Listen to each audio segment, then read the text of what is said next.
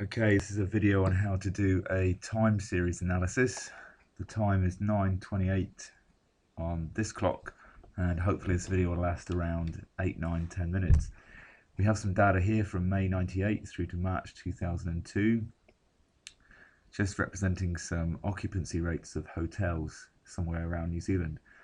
The year has been split up into 6 blocks of 2 months, so that's going to make it worthwhile doing moving means of order 6. So our first column is going to be our uncentered moving means. And because we're doing order 6, we'll place the first one in the fourth piece of data down. Equals average. Always start a formula with equals. Scroll and hold the first 6. No need for the end of bracket there. Press enter. And now, as we know, we can scroll right down to the third from last. If we started the fourth from the top, we end with the third from last. And just to make sure that is the correct moving mean, if we just click in that cell and check that it's the average of C20 to C25, which is the last 6 data items. So that's all good. Now, as we know, we've got an even number of data points, so we've got to do now the centered moving means. Okay, now the first centered moving mean will be placed next to the fourth piece of original data, so it will still be in line here, and it's basically the average of these two moving means. So again, equals average. And there we go. Okay, again, we can drag down the formula down to the second to last non-centered moving mean, and just check that the last centered moving mean there is the average of these two here, D22 to D23. Yep, that's good, that's what we want. So we've got our time period, raw data, centered moving means. Now let's copy and paste all of those together. Time period copied, we'll just place it here. Moving means. Now because these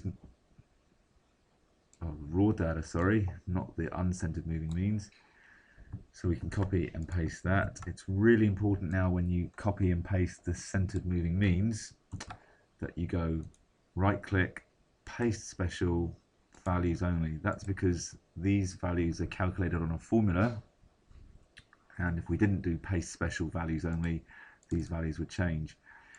I don't like the fact there's so many decimal places here, so I'm just going to ask Excel to do it to 1 decimal place.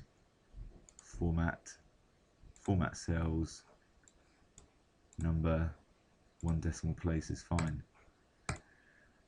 Okay, let me just format the text box there so it wraps it around.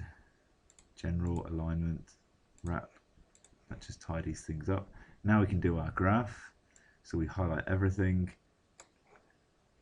Insert scatter, the one with the lines joined, and we can see we've done a really good job of smoothing out the data. Those moving means really look as though they've done a tremendous job smoothing out. Okay, let me just reduce the size of that a wee bit, place that over here for now. I may move it again later. Okay, let's just place our trend line on now. We must right click on the centered moving means, add trend line, display equation, display R squared, default as linear. That's all good. Place that up there. Just make the text there a wee bit bigger. Okay, so we can see straight away that's a pretty good model. That's a pretty good model. Okay. So next thing now is to work out the individual seasonal effects. So we can put that in here. I'll just abbreviate it to ISE. And remember, the individual seasonal effects are the raw data minus the moving mean, the centered moving means. The first one we can work out is here. So equals this cell minus this cell. So that tells us that the time period 4, which was October to November, was not that good. Scroll right down. Let's have a look for a positive. So we can see time period 5, which is a December and January, so over the summer holidays, is a very positive individual seasonal effect. Okay, now we need to work out the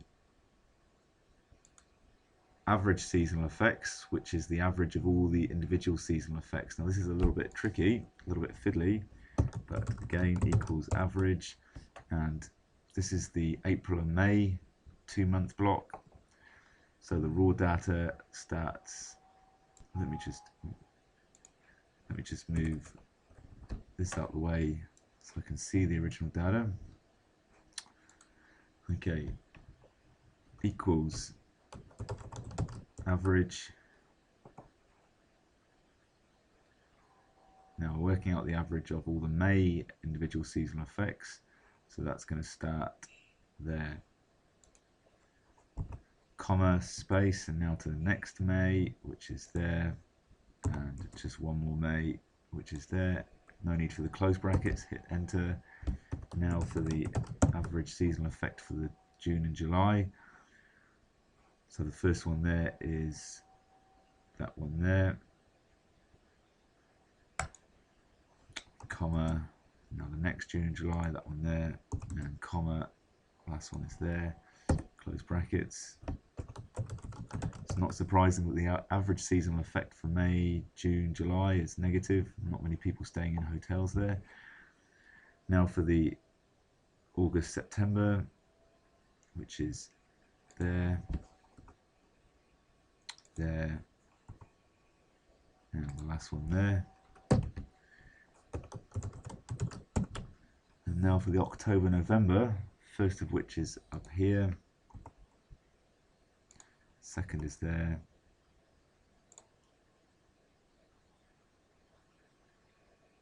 and there's the 3 there, so small. So everything's got an average seasonal effect which is negative at the minute, but this should swap around now.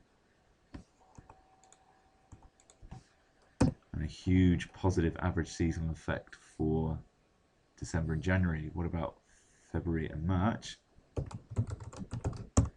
Equals average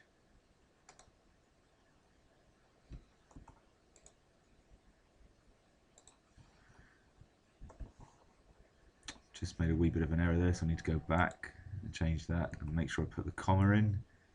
That was my stuff up there. Okay, so of the 6 seasons, 4 have a negative average seasonal effect and 2 have a positive. One of them has a particularly large positive seasonal effect. Okay, well that allows us now to work out seasonally adjusted values. Remember, seasonally adjusted values is the raw data minus the average seasonal effect. So for a April-May period, that's going to equal the raw data minus that, equals the raw data minus that,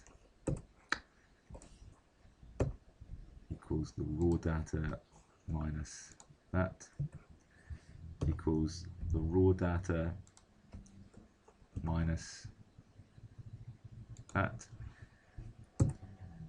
equals the raw data minus that. Okay, and this is the first one of any use. This is the first line where we can compare the seasonally adjusted value to the centered moving means. And we can have another column here which says above, below, expectation. Just make that look a wee bit neater. So this one here, the seasonally adjusted value is below the centered moving mean. So we know October and November was a negative period, not too many people staying in hotels, but this was below expectation. So yes, we know October and November are bad, but this was even worse than expected, even with the seasonal adjustment taken into account. And we can carry that down.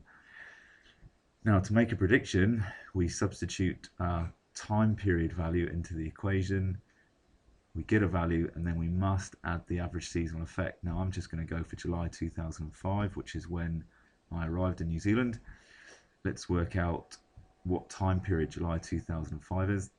Let's highlight a few, carry on. I actually need to use this one here because this has the actual dates in. So let's just extend the time periods. Let's just go down to about 50. If we need to go on, we can. Let's highlight the last few here and carry on the pattern. Down to 50. And July 2005 is time period 44. So that means we're going to substitute 44 into this equation. So that's going to equals, let's do equals 24.422 times is the star button above 8 times time period 44 plus 1859.8. Now we need to add the average seasonal effect for July. So we actually need to take away 515. So the prediction for July 2005 using the trend line is 2,419. Okay, the only way we can check that out is to get the real data, but we can be reasonably confident about that. Look how good the trend line is to the smooth centered moving means. It's pretty smack on the nail. 98, nearly 99% squared. Only 1% of the variation cannot be taken into account by the model. There's a wee bit of a dip there, but pretty much smack on. The data can be modeled very nicely by a linear line. Okay, well that's basically up to and including merit on this topic. Good luck, and if you need any more questions, just you know the guy to ask.